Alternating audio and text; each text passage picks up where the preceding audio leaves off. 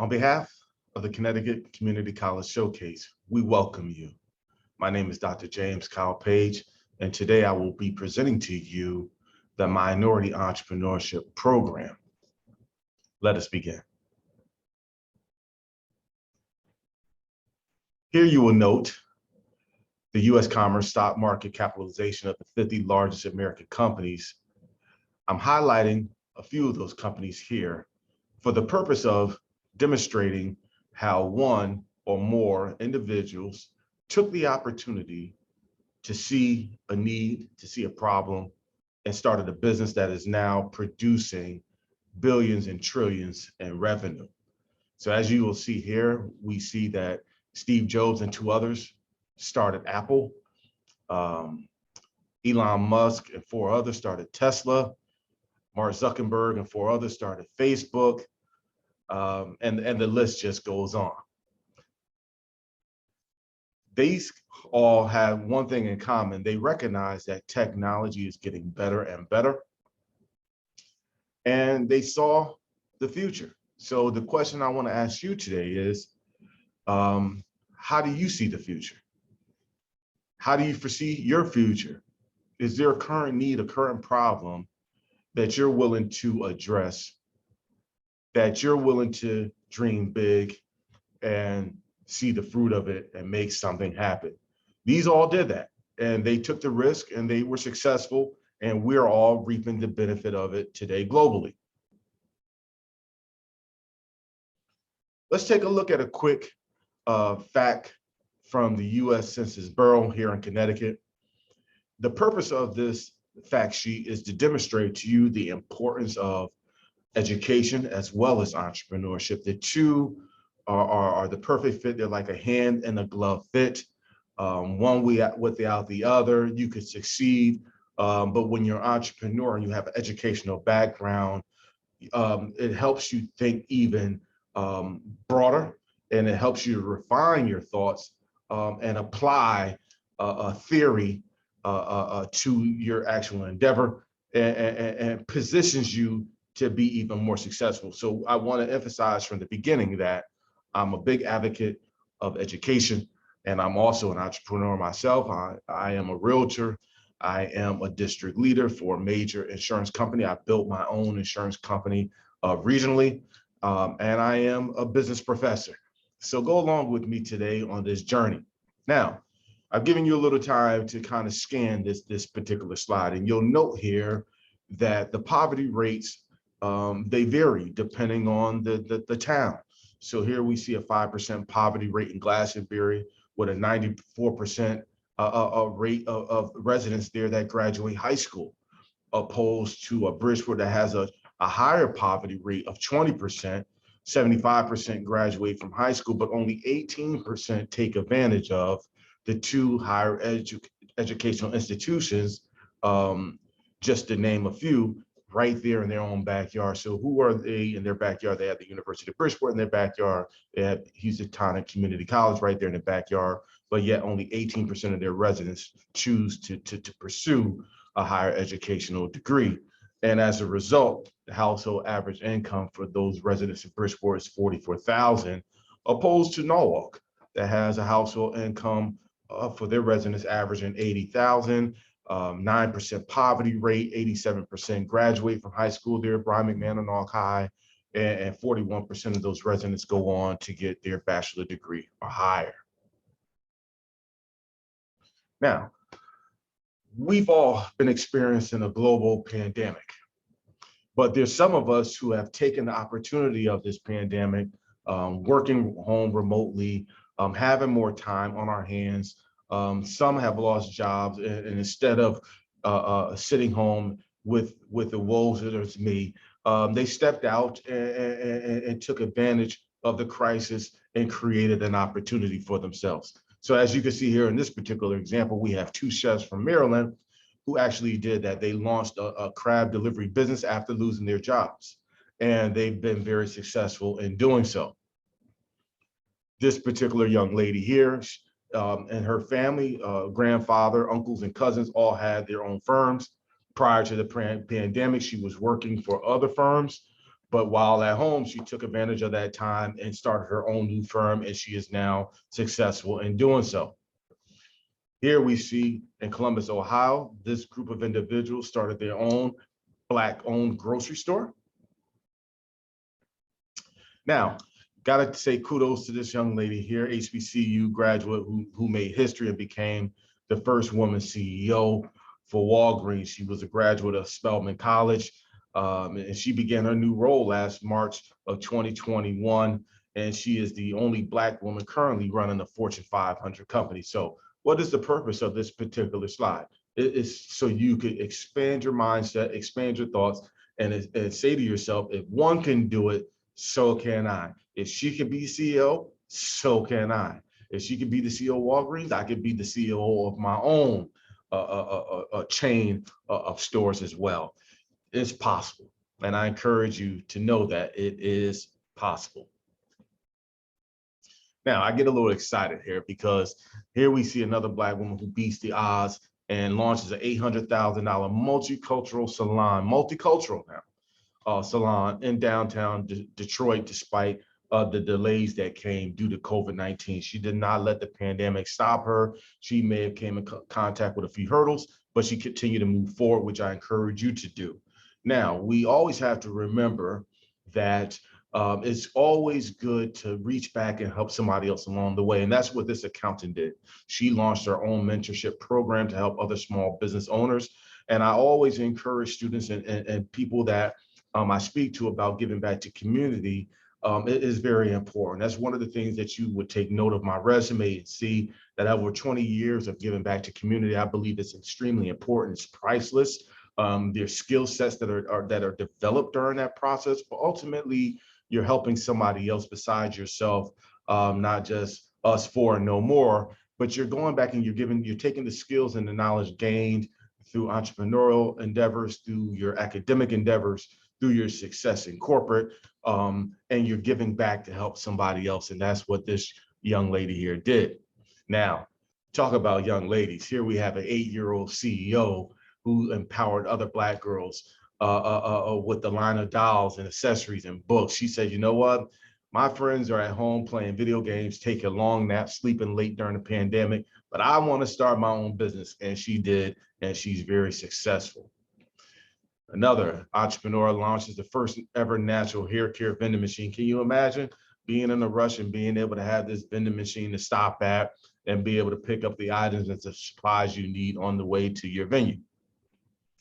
I love this, bringing friends together, bringing a community together, those we grew up with, maybe those we went to school with, maybe those we worked alongside with as co-workers, and coming together and creating something great. And that's what these gentlemen did here.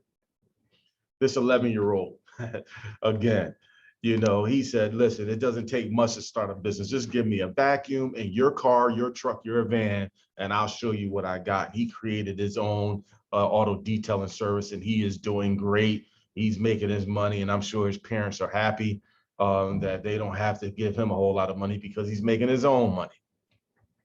Lastly, I mean, talk about a community coming together. I want you to take a close look at this picture here. Business owners coming together to generate $49 million. That's right, $49 million in sales in just 1 year. What can we do when we all come together, whether we're Black, brown, white, Hispanic, Oriental? It doesn't matter. Let us just come together, work together, and we could all do something great.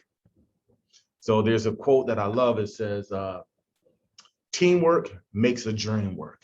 Teamwork makes a dream work.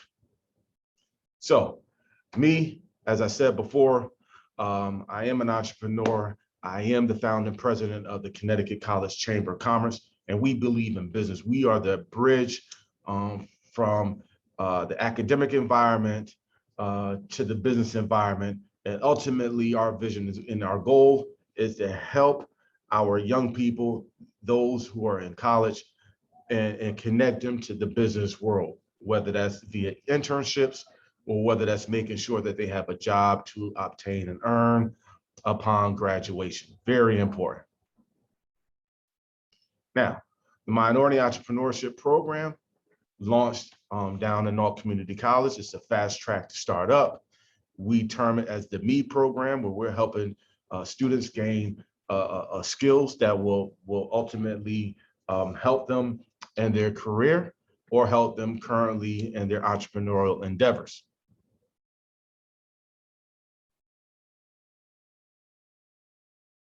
Next, you'll know here that minority business ownership represents only 17% of all businesses and compared to 35% of our neighboring in New York.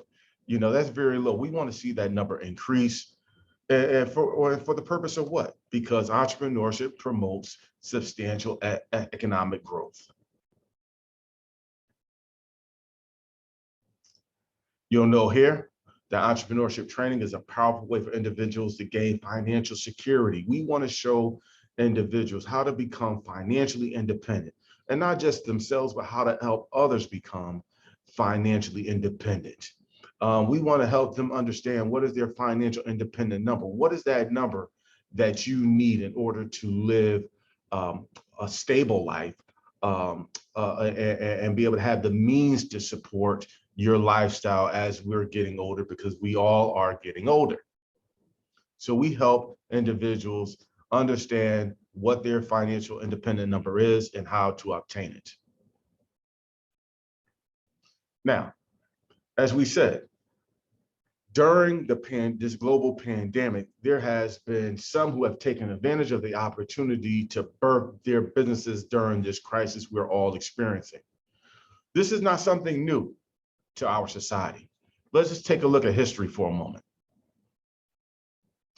As you can see here, many have taken advantage of taking a crisis and understanding how to develop and make them think differently.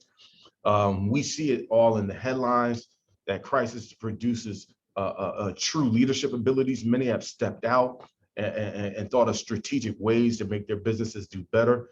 We see it in all different environments where leadership has been proven to be true leadership or not during this time of crisis. So crisis has helped us to understand that we could identify who our true leaders are and who are our leaders just in title. Very important. A crisis helps you to learn your purpose in life. That is extremely important, because they tell us that the graveyard is the richest place on the earth. Why? Because so many people die and they take their purpose and their talents with them to the grave that they never discovered or never utilized. We don't want that to be your story. Every one of us was born for a purpose and for us to do something. And I'm so grateful today that I found what my purpose is, and I'm walking in that.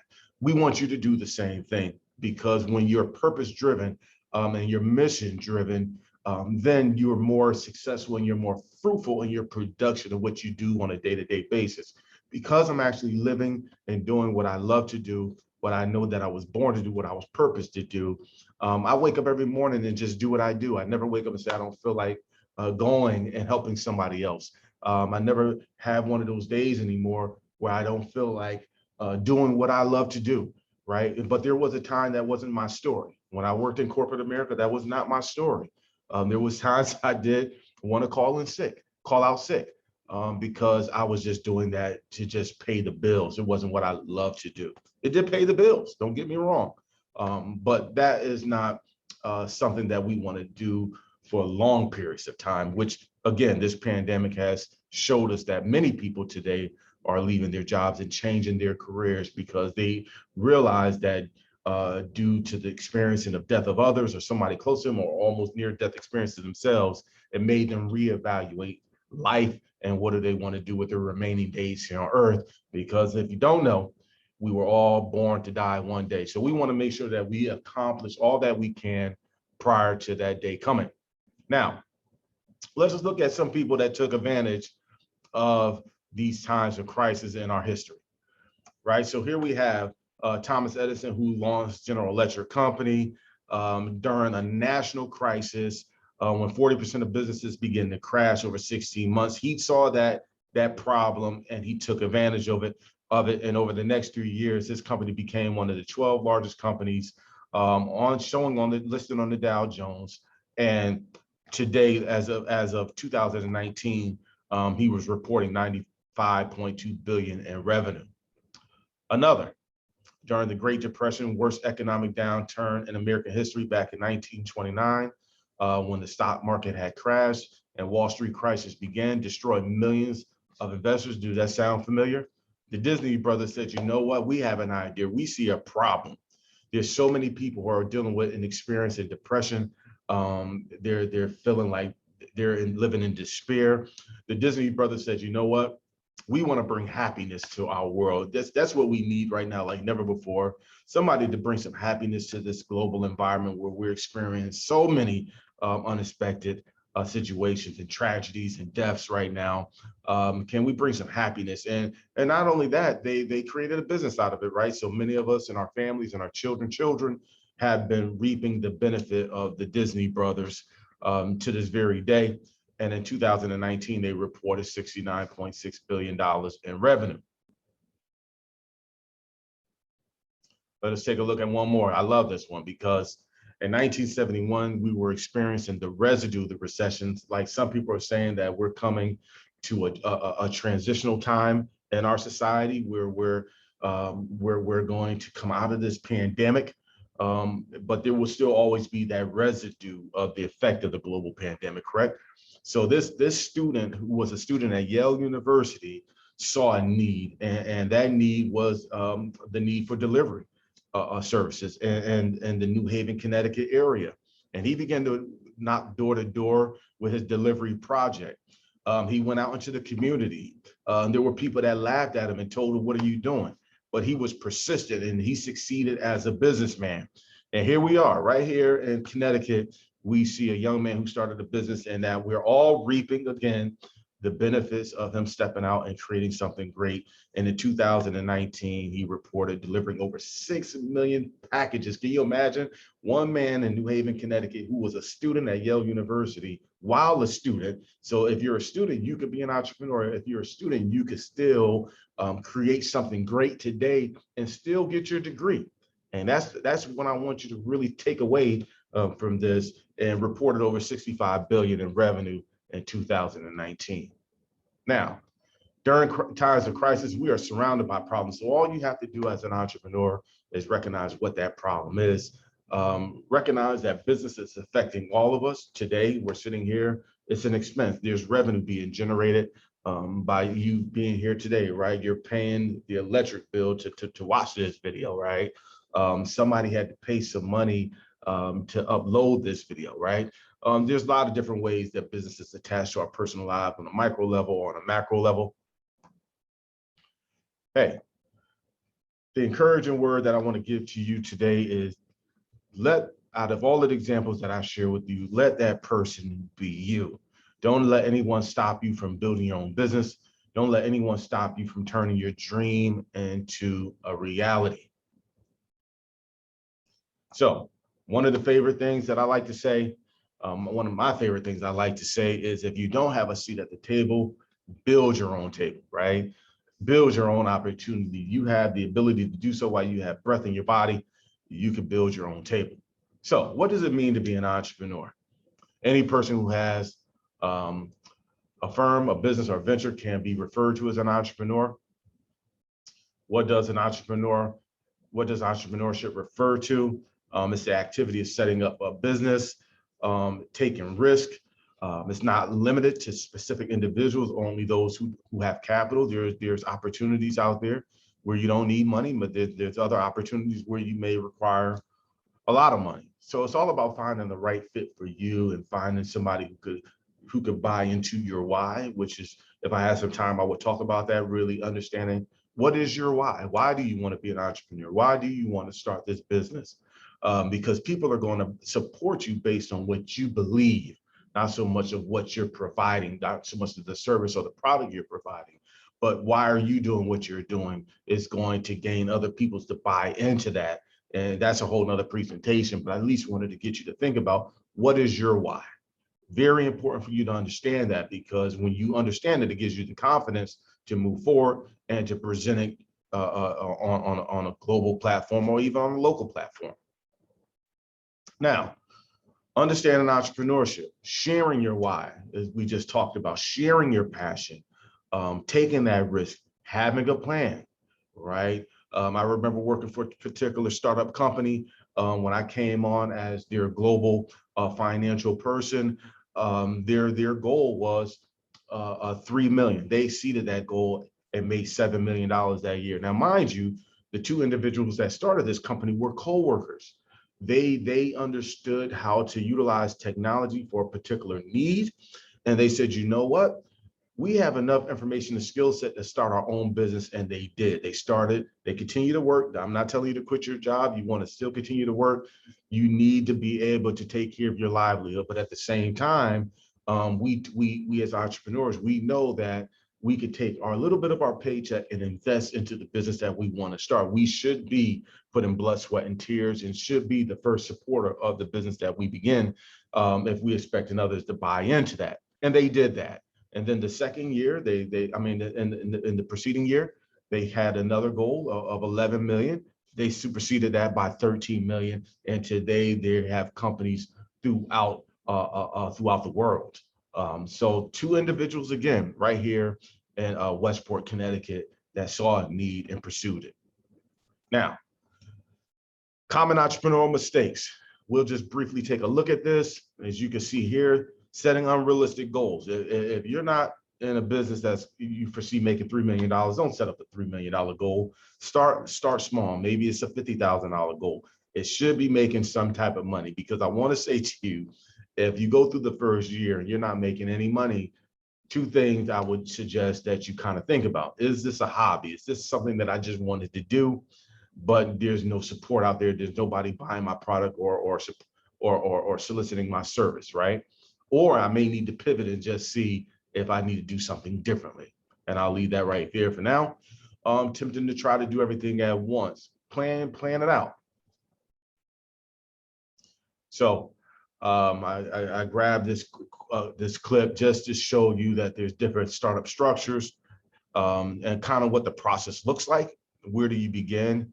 What you need to do, how to register, just having a plan in place that takes idea all the way to the market. Here are some of the reasons why you need to write a business plan. A bank is going to require that.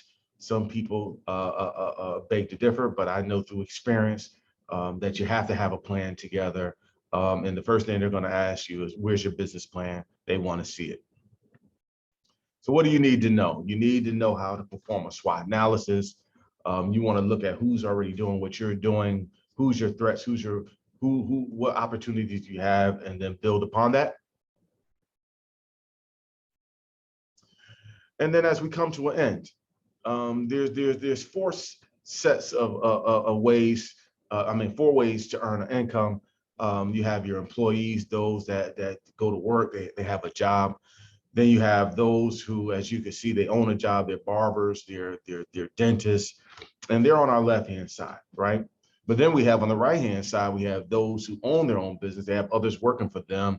They have the potential to make unlimited income. And then we have our investors. So the question becomes today, what side are you on? Are you on the left side or are you on the right side? And what side do you want to be on? Do you want to be on the left side or do you want to be on the right side? That's the question I propose to you today.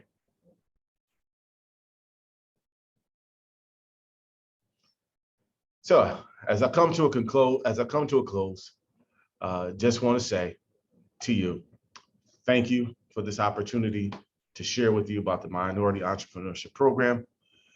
We appreciated your time today, and we look forward to hearing from you. If you have any questions, please feel free to reach out. I am here to assist you. Thank you again. Have a good day. Take care. Bye-bye.